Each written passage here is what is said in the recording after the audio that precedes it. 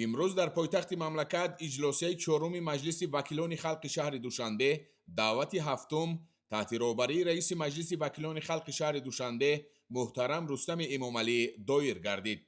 در کار اجلاسیه رئیس شهر دوشنبه، معاون یکم، معاونان، راهبر دستگاه رئیس شهر، راهبران واحدهای ساختاری دستگاه، رئیسان ناحیه‌های شهر، سرداران مقامات حفظ حقوق، ساختارهای محلی مقامات مرکزی حاکمیت اجراییه و نمایندگان وسایط اخبار عامه اشتراک داشتند.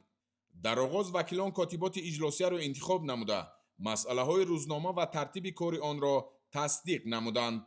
نخست آید به نتیجه جنبست رشد اجتماعی و اقتصادی شهر دوشنبه در 11 ماه سال 2025 و وظیفه ها برای سال 2026 حسابات رئیس شهر دوشنبه محترم رستم امامعلی شنیده شد.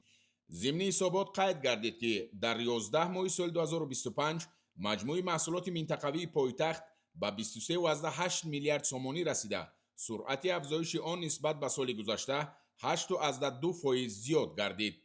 حصه محصولات پایتخت در مجموع محصولات داخلی مملکت باشد 20.2% را تشکیل داد.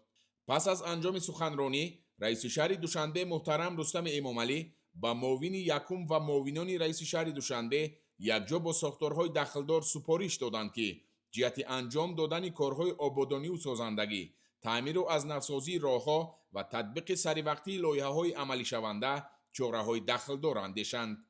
رئیس شهر دوشنبه محترم رستم امامعلی با ساختارهای دخلدار سپارش دادند که بهر تامین نمودن استفاده سرفکارانه قوه برق و پیشگیری کردن حالتهای استفاده غیرقانونی آن کارهای فهماندهی را میان ساکنان وسعت بخشند.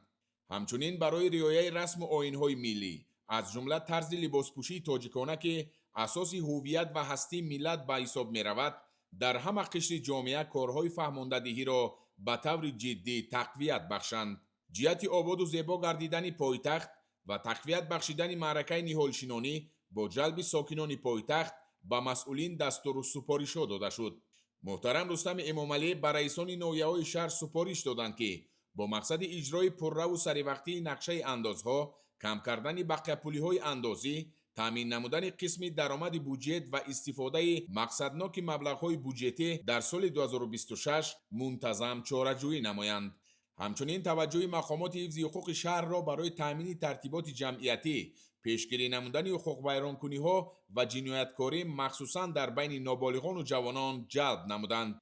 سپس وکیلان لایحه بودجت شهر دوشنبه برای سال 2026 و تصدیق اجرای بودجت شهر دوشنبه در سال 2024 را مورد بررسی قرار داده قرارهای دخلدار قبول گردید. در ادامه مجلس وکیلان وکالت وکیلان از حوزه‌های انتخاباتی رقم‌های 2 و 21 را پیش از مهلت قطع کردند. بنابراین در حوزه‌های انتخاباتی رقم‌های 2 و 21 سنه 1 مارس سال 2026 انتخابات معین گردیده کمیسیون شهری انتخابات تأسیس داده شد.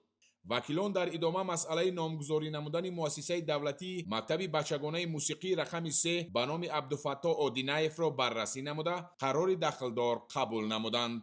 وکیلان مجلس وکیلان خلق شهر دوشنبه همچنین یک قطار قرارهای قبول نموده رئیس شهر دوشنبه را در سمت سیاست کادری و دیگر ساحه‌های مهم شهرداری بررسی و تصدیق نمودند. رئیس شهر دوشنبه محترم رستم امامعلی از همه وکیلان، کارمندان مقامات محل و کل ساکنان شرفمند پایتخت دعوت به عمل آوردند که جهت عملی نمودن سیاست سازنده پیشوای معظم ملت به خاطر سزاوار پیشواز گرفتن جشن مقدس ملی 35 سالگی استقلال دولتی کارهای آبادانی و سازندگی را تقویت بخشند.